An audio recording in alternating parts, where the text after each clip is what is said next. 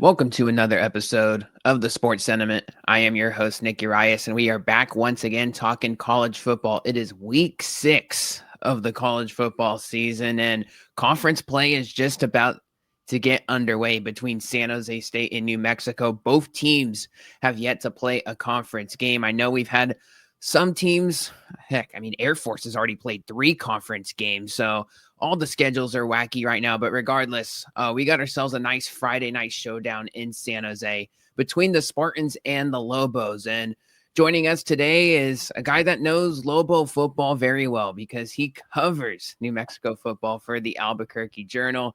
Sean Reider. Sean, you're a legend out there in Albuquerque. You do great stuff out there in the great state of New Mexico. Thanks for hopping on with me today. I don't know if I would say legend status, but thank you for having me on. Yes, I appreciate the introduction there. All right. So, I will say this. If you would have said coming into the season that New Mexico was going to be 3-1, SJSU was going to be 1-3 heading into this game, you might have had a whole lot of people saying, whoa, what happened? Maybe there was a major injury or something was going on. But, hey, New Mexico is off to this terrific start.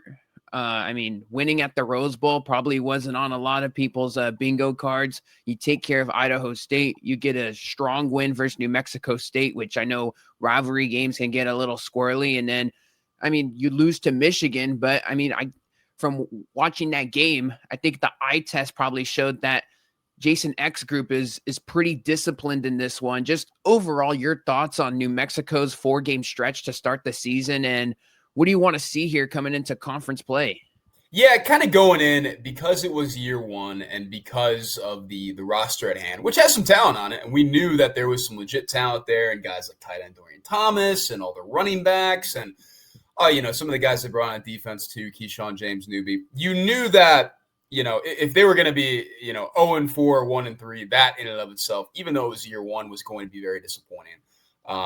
But you kind of thought 2-2 was probably the best case scenario, right? You beat Idaho State and then you beat New Mexico State, which is kind of on a similar point. They're in year 2, the Tony Sanchez era, but in my opinion, it wasn't a roster that was so much more talented than the New Mexico and all that too. But getting that win over, actually, I'll go back. You lose to Michigan by 17 points, but to be honest, fans were pretty jazzed up. Jason, I kind of said, I've never gotten so many congratulations over a 17-point loss because they actually showed they could compete, right? And I think part of it was we're learning a little bit more about Michigan with each week. You get some more data points and all that too, and kind of seeing where they're good at and where they're not so good at. But the fact that they were able to hang with a team like Michigan, which in my opinion, probably has a little bit of not quite an inside track, but there's certainly I would not count them out of the playoff hunt at this point. That was really heartening, right? They did some nice things. They had a great trick play touchdown that went viral for a little bit and all that too. So that got fans oddly enough, more fired up than like any game I've ever seen in my time on the beat. Even though it was a 17-point loss, right? And they beat a ranked Washington State team last year, so. That's kind of the deal there. Then you go to Idaho, you play Idaho State at home. Idaho State truly just has had like this really weird kind of tough schedule. They've been super close in a lot of games, that UNLV game in week 0. And they're kind of outplaying New Mexico for a bit. New Mexico comes back in the second half and beats them. I think that kind of tempered things a little bit, kind of reminded people that's year one. And then a week later, they go out on a Friday night and they beat UCLA. And that has kind of got everybody really excited in a lot of respects. It kind of showed everybody, myself included, that, I think there's more to this team than we probably gave them credit for in the preseason and all that as well. The win over New Mexico State, 38-20 last weekend, in front of a sellout crowd. First time they've had a sellout in nearly 2 decades.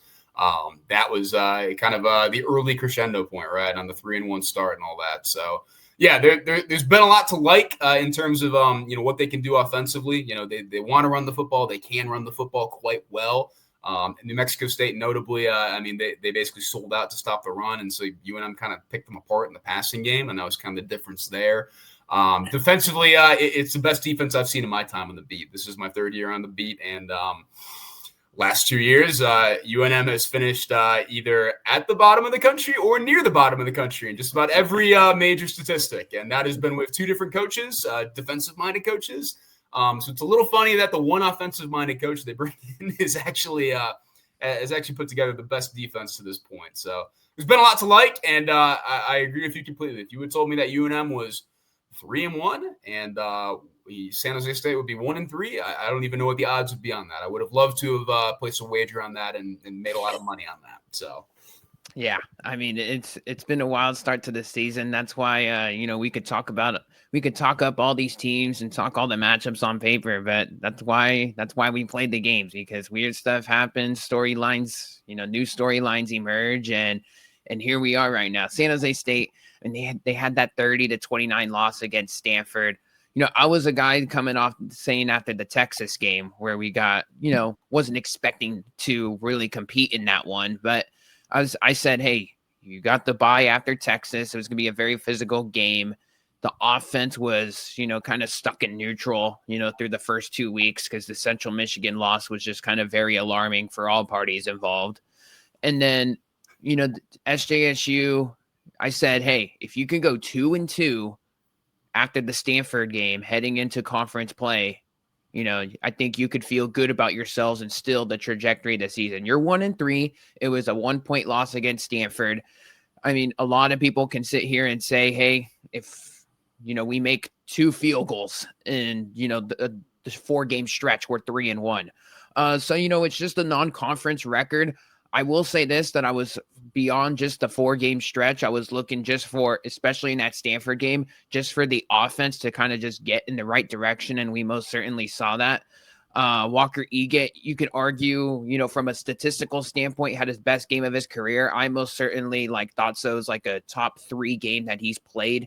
In the game versus Stanford, 36 completed passes, 473 yards. He threw the ball nearly 60 times in the game, 3 touchdowns.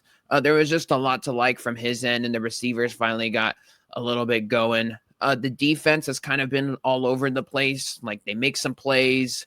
They have that bend but don't break approach. They kind of got off to a really slow start versus Central Michigan, and then they kind of recovered pretty well. In this Stanford game, they sold out to the run because Stanford, that's their bread and butter. And then all of a sudden, Ben Branson has a career high in passing yards, 444 yards. And they just had way too many explosives in that one. SJSU hasn't been the greatest tackling team defensively. So that's something to keep an eye on in this one. Can they make first contact? Can they finish the tackle, of course? But SJSU versus New Mexico heading into this Friday, this has been a one-sided series, Sean, and it's actually pretty astronomical when you dive into the numbers. 15-5-1 all time. SJSU is versus the Lobos. San Jose State's won 6 of the last 7 matchups, including when they played in Albuquerque, which was a close game 2 years ago to start, and then just the floodgates opened for the visitors in SJSU. But I mean, this has been a one-sided series. New Mexico hasn't won in San Jose since 1969. They haven't beat SJSU, no matter where the game has been, since 2016. This is just kind of one of those weird Mountain West matchups where you look at it and you're like, wow, the numbers are kind of jarring here. Yeah, I mean, that 2023 game you referenced, I think that was a 52-24 San Jose win in Albuquerque. And that was, I think entering that game, San Jose State was 1-5, and it was a little bit of all right, this is gut check time for San Jose, and New Mexico was 2-3, coming off a loss at Wyoming, but they kind of did some nice things at Wyoming. And I remember going into that one saying, okay, well, I think San Jose is pretty good, but I don't think New Mexico is going to get blown out, and they got blown out in that second half. They got absolutely shredded. Probably the most, if you take out all the P4 games we've covered and all that too, probably the most sound beating I've seen any New Mexico team take. And that 2023 UNLV game is pretty close too, frankly. But that was definitely a whooping, to say the least. But yeah, a really weird lopsided series. They haven't played a ton, partially because the Mountain West divisions and all that too. But I was looking up last night, the last time they won in San Jose was 1969, I'm pretty sure, in San Jose. And the quarterback for that team was Rocky Long. That was his first year as a starter at UNM. So I threw that note in a story yesterday, I should say. And no, it's weirdly lopsided. You knew that the series of Boise in UNM was pretty lopsided. And obviously Colorado State's on like a 14-game winning streak against UNM that has just defied all logic. We'll see if it holds this year, frankly, because Colorado State's not looking the greatest. But I also wouldn't be shocked if they beat them. But yeah, no, one of the weirder series for UNM in a lot of respects. Yeah, I was gonna say there's usually like a couple of those series like amongst the league, where you're like, wow, like the San Jose State versus New Mexico one's pretty one-sided. I know SJSU hasn't won in Colorado State in quite some time. It seems like somebody's got ownage on somebody in the Mountain West in the current landscape that we have it now. So that's pretty wild. But as far as New Mexico's offense is concerned, this is obviously kind of an overhaul. When I was evaluating this team in the preseason and just looking at the teams that they've brought in, I was like, wow, Jason Eck, coming over from Idaho. He had the 3 successful years at Idaho. He's almost got like an FCS all-star team, right? Because he just he's nosediving into the Big Skies, area, the Montana states, obviously where he came from with the Vandals out there in Moscow. He's going Weber State and all these other schools. So I just found the roster completely compelling from that standpoint. But they bring in the FCS quarterback from Idaho, where Jason Eck came from, quarterback Jack Layne. He had a really good game last week versus New Mexico State. We kind of saw like the toughness element of him when he's going against that Michigan front and all the beating that he's taken. But just overall, your evaluation of Jack Layne thus far, because it's pretty clear that he can run this offense, but he can also, make the throws in the process and actually win you a game. Yeah, it was a little interesting, right? Because Jack came in from Idaho with Jason. He's one of the first guys to come along and all that. And Jack only practiced once in the spring. It was the very first day of spring ball. Jack is a guy, you talk to him, you can tell he absolutely loves football. He's a smart kid. He's got a great football IQ and all that too. And the thing that ended up burning him in the spring was that he was just staying in after practice, just throwing too much. And he kind of wore his arm out. And he didn't need surgery or anything like that, but it was just bugging him. So they decided to hold him out for the rest of spring and all that. So that kind of opened things up where he was the de facto QB1 heading into spring practice. Jason, that kind of said that. And it ended up being a quarterback competition between him and James Lobestein, who Bronco Mendenhall brought in last year. And that was decided – went in Jack's favor, obviously, and I think with about 2 weeks until game time against the opener against Michigan and all that too. And I think Jack earned that. I think it was a pretty close competition, but I think Jack, in the end, was just more consistent during practice and just, I think him having the full knowledge, this being his 4th year in the offense, really helped him in a lot of respects as well too. But it has been interesting for Jack because even then you knew Jack knew the offense and all that, but it wasn't, for me over here, like I was going to watch him practice, Devin Dampier practice every single day to Jack Layne practice every single day. That's nothing against Jack Layne. It's just Devin Dampier is just the guy you're like, yeah, any game they have this guy, they're going to have a chance because of what he presents there. Jack is not that guy. He's not that ultra mobile, quarterback that can dodge every hit and, uncork this ridiculous moon ball on 3rd and 15 that miraculously gets caught and all that, right? He's not that type of quarterback. So you kind of was, you were learning about, what he was good at and all that too. And I think the things that stood out the most to me is just, coaches talk about it and a ton. And I think his decision-making is really his greatest strength. And he makes good decisions with the ball at the end of the day. Even, it was interesting, Jason Eck was talking about it yesterday. That Michigan game that he opened with, he threw 3 interceptions. I don't have his passing yards off the top of my head. And that was a game where Michigan, just took away the run, just absolutely stoned them, held them like 52 yards or something like that. So they were going to have to throw the ball and manufacture things there. And that was juxtaposed with, the game that he had against New Mexico State, where he threw for over 300 yards. He was really efficient, 77% completion percentage. He hit on some deep shots, all that. And Jason Eck said, he's like, I think like these last 4 games, that Michigan game included, have been the best 4 games of his career. His decision-making is at such a high level right now. Like he is playing the best football of his career, which I think is really interesting. You're kind of seeing that shine through more in the numbers, right? It's kind of progressed from Michigan to an Idaho State game that, didn't wow you in the moment, but you kind of go back and you go, hey, okay, that was pretty good stuff. And then a UCLA game where they were just gashing UCLA in the run game. And, he was taking care of his business. It didn't quite wow you, but you look back and you're like, that was really efficient. That was good stuff. And then obviously the New Mexico State game where, that was kind of the first game where he really started to give his receivers chances with kind of 50-50 balls, in my opinion. And that, to me, adds such a different complexion to the offense and what they can kind of do. Because I don't know at this point if other teams are going to sell out and stop the run after seeing that game that they kind of put up there. Yeah, I mean, we saw New Mexico State kind of do that, and then Jack Layne obviously made him pay there. But I mean, I don't blame teams for selling out to the run because they got that three-headed snake in the backfield with Scott Ray Humphrey, Damon Bankston, and DJ McKinney, who you referenced earlier with that week 1, passing touchdown. DJ, everybody, right?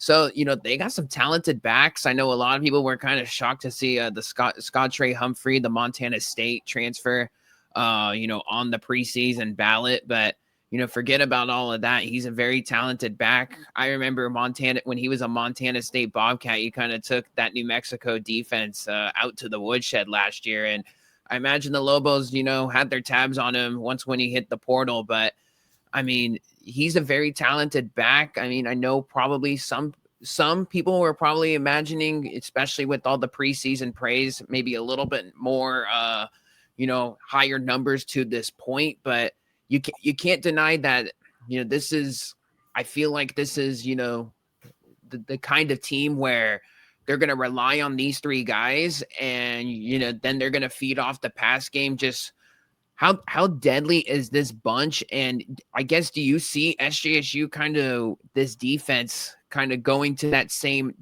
route as far as stopping the run here in this Friday matchup? Given how they played Stanford, I guess it wouldn't surprise me, but I also think it would surprise me a little bit, just like given off what New Mexico put on tape against New Mexico State and all that in terms of the passing game and all that too. I will say, you do go back and you look at it, New Mexico State had a couple plays where they just had BBs like falling over. So that's a little bit of an issue there. And I think that's if San Jose State doesn't do that, then sure, I think maybe you can play, sell out against the run a little bit more and just trust your guys in coverage and all that as well too. So I think I still would be a little surprised if they did that. I think they're just going to have a more balanced approach, honestly. And I do think, Jason, that kind of gave credit to San Jose State's defense, right? The other day when he was talking about it and said, this is a group, they will screw with your tendencies, man. They will bring 7 on one play and then they'll drop 8 the next. He's it's hard to get a beat on what they like to do. They're really aggressive in that respect. So I think UNM is they're going to have a task at hand. I think you could arguably say this is probably the best defense that they've played since Michigan. Honestly, with what's going on at UCLA all in mind and everything, and how they kind of crumbled there, even though it's a more talented defense, just wasn't all together. So I think there's a lot of respect for what San Jose State is doing defensively, and I think UNM at the end of the day will have its hands full, but they do have some good options to kind of help them out on Friday. Yeah, I really like Dorian Thomas at tight end. He was kind of the featured guy in week 1 versus Michigan. He just kind of does a lot of things well from a blocking and pass catching standpoint. I think he's leading the team in receiving yards. He is 247. So yeah, that's most certainly a deadly guy that SJSU has to keep an eye on from the defensive standpoint. Keegan Thompson at wide receiver was the guy that really broke out for UNM last week with the 117 yards and a touchdown. I think that was a season high in categories for him in that regard. But I mean, I will say this, that SJSU's, secondary teams have been picking on it, quite a bit. Maybe not so much on the Jalen Thomas side, the redshirt freshman wearing number 29. I thought, despite him giving up some yardage to CJ Williams, the Stanford receiver, 3 pass breakups was kind of all over the field last week. The Jalen Boehner side, where's SJSU number 15? Everyone's been picking on him. So just very interested to see just the wide receiver, the alignment, and to see how that goes, because I think one of these UNM receivers can, maybe not 117 yards, but they can go get their yardage and win man in man on one-on-one. So I'm interested to see how that plays out. The Lobo defense. I talked to Gabe Lopez at Mountain West Media Day. I know he's been kind of a household name on that defensive line. Just great kid, got a whole lot of confidence to his game. But, I'm interested to get your perspective on this defense versus San Jose State, because Idaho State kind of did some things against this defense. I would kind of, compare San Jose State's offense to Idaho State, the run and shoot variations of it. Just what do you make of this matchup for this defense? Because I personally do think San Jose State is going to be able to throw on this team and, have some of the explosives here and there. I'm also worried about the other side with the Spartan defense versus the Lobos, because they can do some things as well. You guys got some playmakers here with Gabe Lopez and Jackson Eck at linebacker. Just how do you kind of touched on it earlier? Like, this defense has been, one of the better ones, since you've been out there in Albuquerque. But just how do you like this matchup on Friday versus the spread and shred? Yeah, it's definitely one of the best ones. But the spread and shred, it presents a lot of challenges, and you know it as well as I do. You know it better than I do in a lot of respects, because you got those wide splits that kind of help neutralize your edge rushers and stuff like that, right? That's where UNM was so successful against New Mexico State, breaking out for 9 freaking sacks. They were able to get their guys in gear and get them going. And Idaho State game, that was really the one. I was talking to some guys about it yesterday, because UNM was doing a decent job generating pressure, but Idaho State was just getting the ball out so quickly, right? And this is the most, Idaho State's offense is not cut and dry, same thing as San Jose State's, but it's pretty similar in a lot of respects, right? And I was talking to guys yesterday about, okay, like, you guys had that kind of lesson in the Idaho State game, but how do you carry that over? Because I know it's a timing thing, and how do you carry that over into this game? And they said, like, really for us, Xavier Slayton was the guy I was talking to, defensive lineman, and he said, really for us, like, it's just about straining.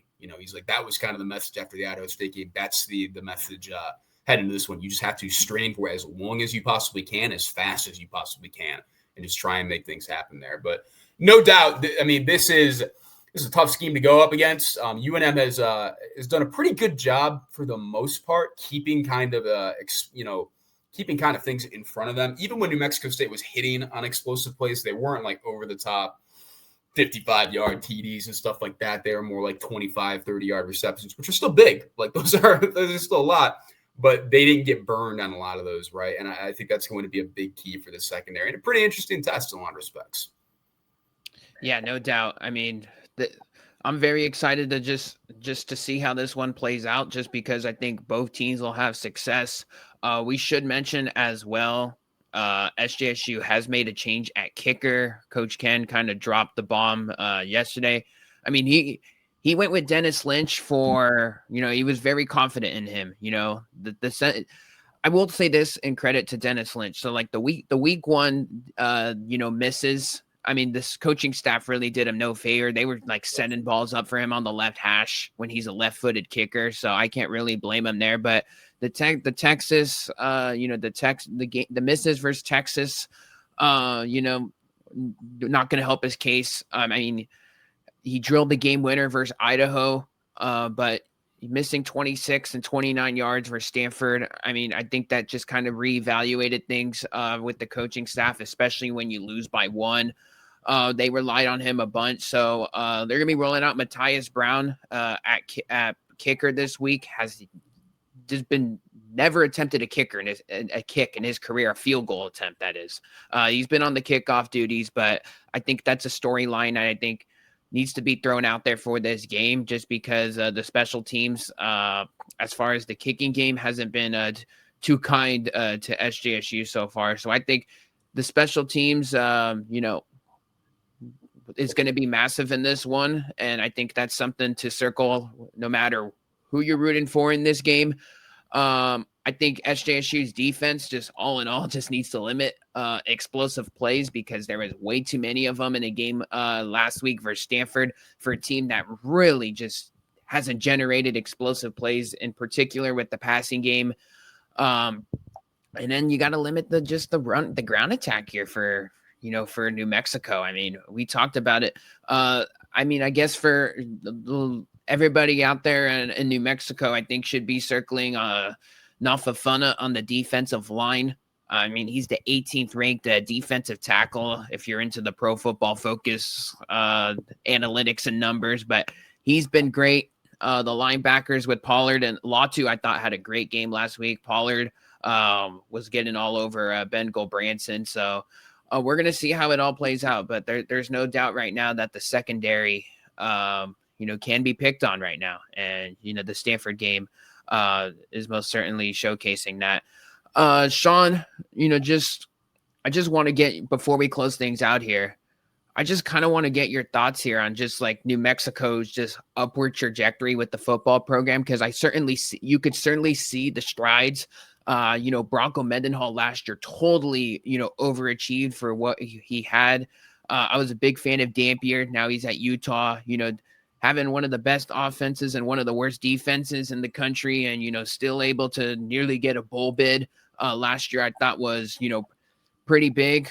But I mean, this year you guys are off to the 3-1 start. You guys are, trying to flirt with the bowl game. I think, we'll see how it goes. I certainly like the chances, for New Mexico, just based on, their current form and what they look like and just how well coached they are with Jason Eck.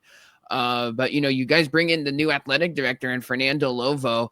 I know he's had his fingerprints all over the football program. He seems like a football guy. And I know the attendance, I know San Jose State could, kind of say it about some of their other sports, as far as, just getting butts and seats.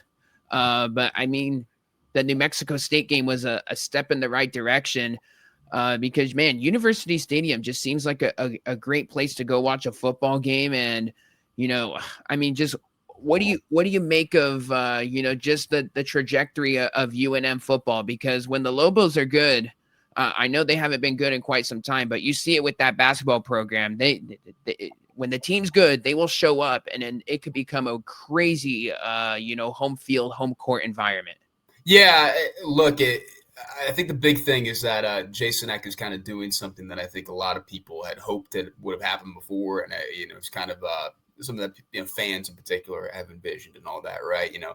This is a transfer portal era, right? You should be able to, in a lot of respects, get in and get your guys in and get moving quickly and be able to, start progressing quickly. It's why we have such a short, it's why we don't have a lot of patience with coaches and certain contracts and all that anymore, right? Because everybody, no matter what, you could be walking in a really challenging situation, but everybody can always point out like, well, Ken Niumatalolo did this in his first year at San Jose State, and Kurt Signetti did this in his first year at Indiana and all that too. So this is the era where you are expected to, to get things together and start, moving in the right direction. I think that's something that Jason Eck has always understood, right? He's always said from day one, literally at his introductory press conference, he said, I want to be better than we were last year, and being better than last year, which was 5-7, means going to a bowl.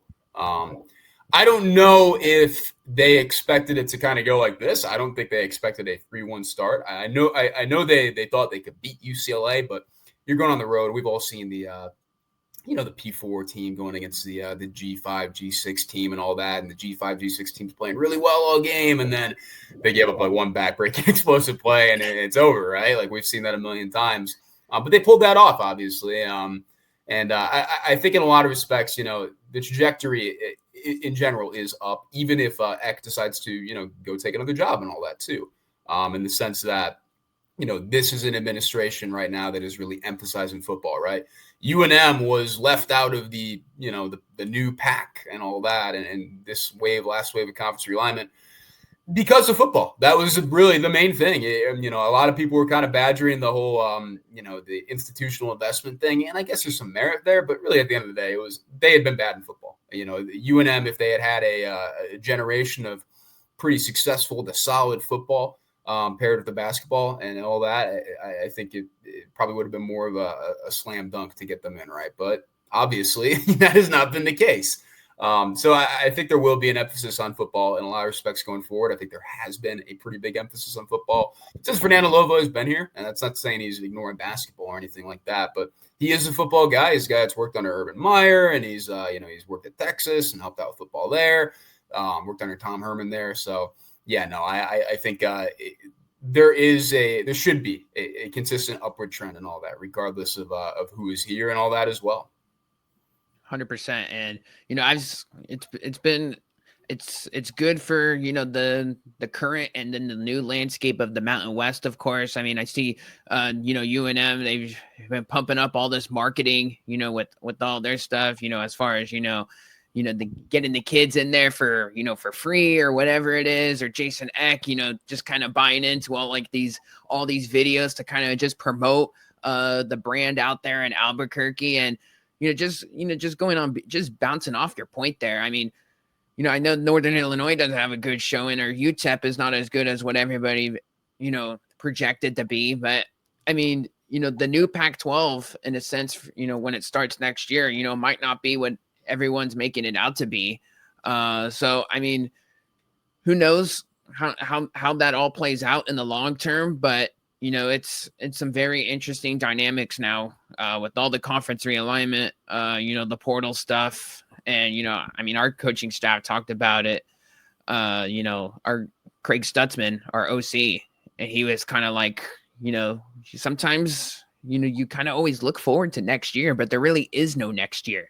Right. With all the kids, and especially if somebody, just flashes and puts up these gigantic numbers and they end up, ultimately hitting the portal, because the NIL dollars out there are next level silly, for quite frankly, even some guys that didn't even produce, as high as they wanted to. So it's a wild game that we're playing out there right now, but hey, we're most certainly looking forward to San Jose State versus New Mexico.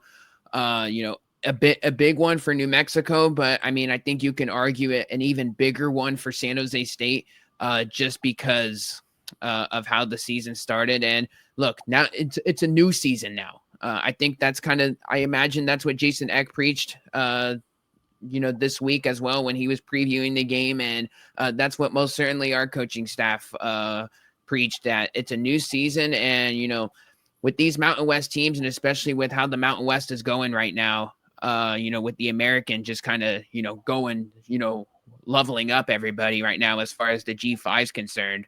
The Mountain West Championship is kind of the prized possession that everyone's playing for right now, because the American just has a chokehold on this at-large college football playoff G5 bid. So we'll see how it all plays out, but it should be a fun one Friday night. Sean, where can people find your work out there in Albuquerque, New Mexico? I know you're doing a bunch of stuff for the Albuquerque Journal, and going to the press conferences and producing a bunch of stuff out there for UNM football. Yeah, I should probably I need to get to work on producing a little bit more today.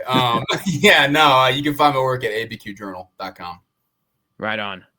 There you have it, Sean Reider from the Albuquerque Journal. Appreciate you coming on, Sean. Thank you for having me, Nick. It was awesome talking with you. 100%. There you have it. San Jose State versus New Mexico, 7 p.m. Should be a fun one for the Mountain West Conference opener, but that will do it for this episode of the Sports Sentiment. Once again, I am your host, Nick Urias, and be sure to subscribe wherever you get your podcasts.